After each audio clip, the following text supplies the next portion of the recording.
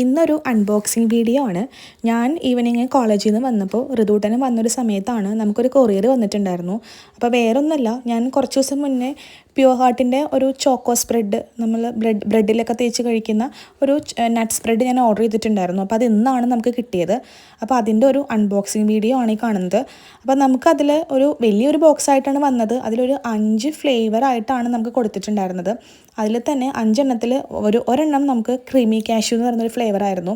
അതേപോലെ ഒരു choco almond, choco hazelnut, അതേപോലെ ചോക്കോ മിക്സ്ഡ് നട്ടും, അതേപോലെ തന്നെ ഒരെണ്ണം ഉണ്ടായിരുന്നു പീനട്ട് ബട്ടർ. അങ്ങനെ നമുക്ക് 5 ഫ്ലേവേഴ്സാണ് ഉണ്ടായിരുന്നത്.